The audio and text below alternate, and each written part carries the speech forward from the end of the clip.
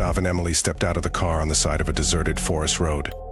Tall, ancient trees stretched endlessly before them, their twisted branches forming a dark canopy that blocked out the sky. They were here to explore an abandoned psychiatric hospital they had heard so many eerie stories about. Locals said that sometimes cries and moans could still be heard echoing from the ruins, as if the souls of the dead patients lingered there, trapped between worlds. Gustav was a tall young man in his mid-20s with dark brown hair and piercing green eyes that seemed to reflect the dim light of the forest. He wore a blue jacket and black jeans, his face showing tension despite his attempts to hide his fear. Emily, a slender girl with long blonde hair and striking blue eyes, was his opposite. Her curiosity often outweighed any sense of fear. She was fascinated by abandoned places and the mysteries they held, and this hospital was her latest obsession. "Are you sure you want to go inside?" Gustav asked, glancing nervously at the ominous building. The structure loomed before them like a giant tombstone, its walls cracked and covered in moss. "Of course, that's why we came here," Emily replied, trying to keep her voice steady despite a hint of unease. "Think of the stories we could tell after this."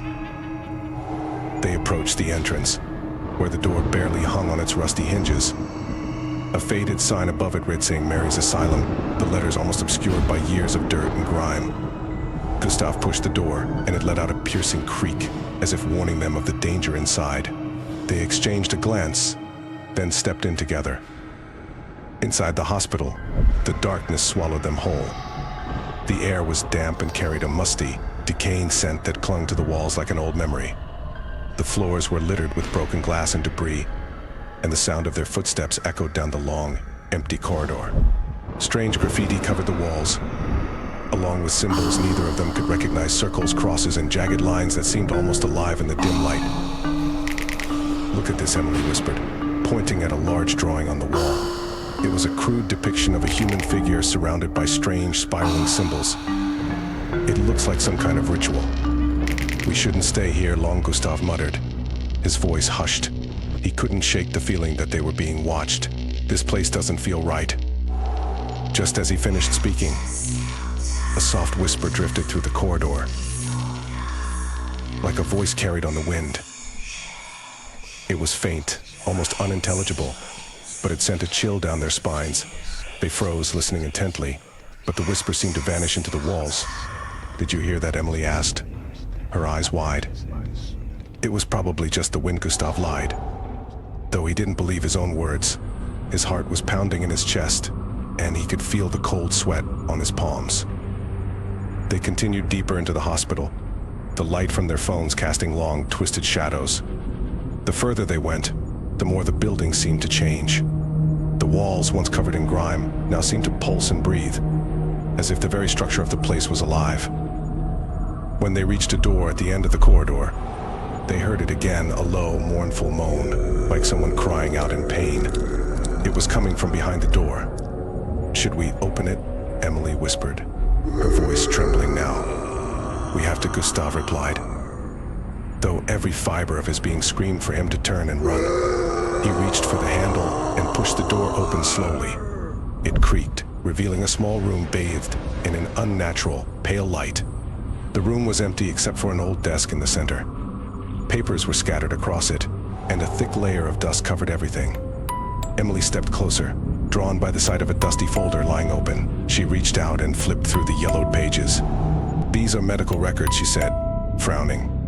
"But all the names are crossed out. Look, every page says the same thing: you want to escape." Gustav's breath caught in his throat. "This isn't right. We need to leave now." Before they could move, the door behind them slammed shut with a deafening bang. The lights on their phones flickered and then went out, plunging them into complete darkness.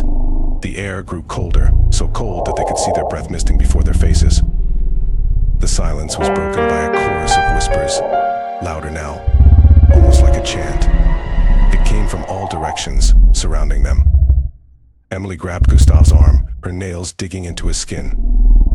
"What's happening?" she gasped, her voice barely more than a whisper. "It's them," Gustav said, his voice shaking. "The spirits of the patients. They're here."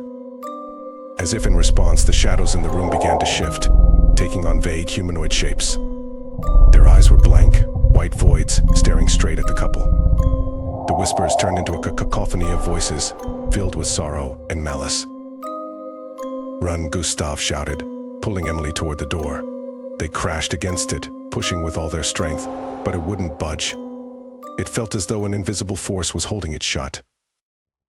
"Please, let us out," Emily screamed, her voice breaking. The shadows moved closer, their forms becoming more distinct, men and women in tattered hospital gowns, their faces twisted in agony. One reached out a hand toward Emily, its fingers long and bony. With a surge of adrenaline, Gustav slammed his shoulder into the door, and it flew open. They stumbled into the corridor, not daring to look back as they sprinted toward the exit. The whispers followed them, growing louder, turning into mocking laughter that echoed off the walls.